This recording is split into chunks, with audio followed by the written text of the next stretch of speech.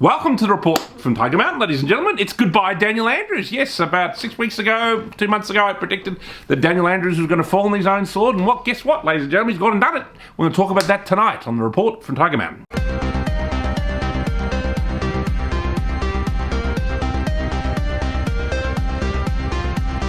All right, ladies and gentlemen, so yes, Daniel Andrews is gone. It's a new dawn. We're no longer living in Afghanistan. I feel like a great weight has been lifted off me.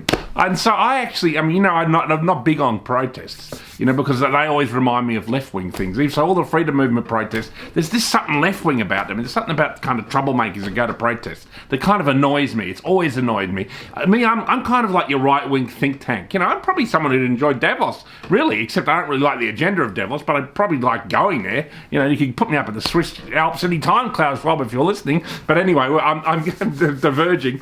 So let's have a look here. Daniel Andrews has left. I think obviously it's a great thing. Anybody in the freedom movement, anybody who's right-wing is glad to see that bastard go.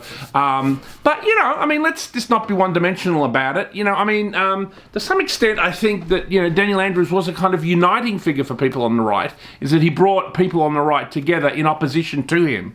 You had people who were from far right to like freedom movement, who many of them have a left-wing background, but we all came together in a kind of general hatred or dislike for Daniel Andrews. And obviously I went down to the steps of Parliament, saw many people there, saw Rahana Hayes from Cafe Lockdown, Damien Richardson, and a whole host of other people were there. Everybody was there, Avi, Rukshan, everybody running around doing their little reports and everything. So it was all very interesting, and I'm glad to see him go, but Daniel Andrews was a kind of uniting figure. In a sense, if you have a globalist puppet like Dan Andrews, to some extent, he is a little bit of an old goal because he unites people in opposition. Whereas obviously this new woman, Jacinta Allen, which is like Socialist Barbie is her nickname, that she is a figure that's a little bit harder to hate. I don't really know much about her. I certainly don't have a hatred for her yet.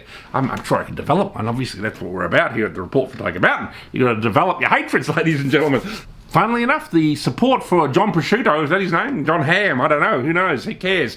No one knows who he is anyway, basically. Obviously, we all know that the Liberal Party in Victoria basically is non-existent. You could basically try and elect a can of beans, ladies and gentlemen. You'd probably do better. Anyway, there's this guy called John Prosciutto or something like that, and his support has gone down. Just because, basically, he's, that Jacinta Allen is not Daniel Andrews. So, Dan, also, what, did Dan do anything good? I'll say something about Daniel Andrews. He was a builder. He built just so many things. You know what I mean? Obviously the state is in debt for the next 100 years. Your grandchildren are going to be in debt for what Daniel Andrews has done. But he did build a lot of things. He built a lot of infrastructure, built whole tunnels in the city, whole new railway networks, the North East Link near where I live. So it's quite spectacular what he's been doing in many ways, and it is interesting. And I gotta admit, I do always admire any kind of leader, even a dictator, who is a builder. So, I think that was something interesting about Dan.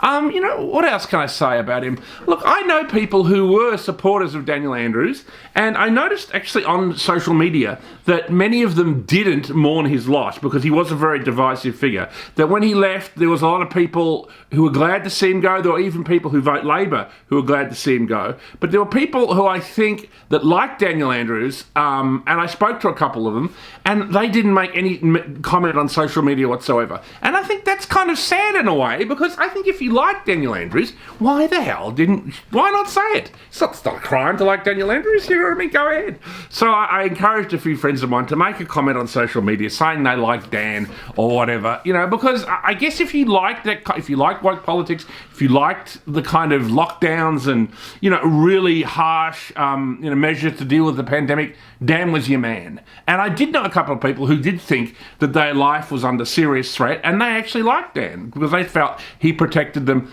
and saved their lives. So maybe he did. Who knows? You could tell in the grand picture. Obviously, I don't think he did, but there are some people out there. So, it's with a bittersweet kind of moment. Daniel Andrews is gone, riding off into the sunset. He was spotted, going to New York recently. I don't know what he's doing over there. Going to see everybody at the United Nations would be my bet.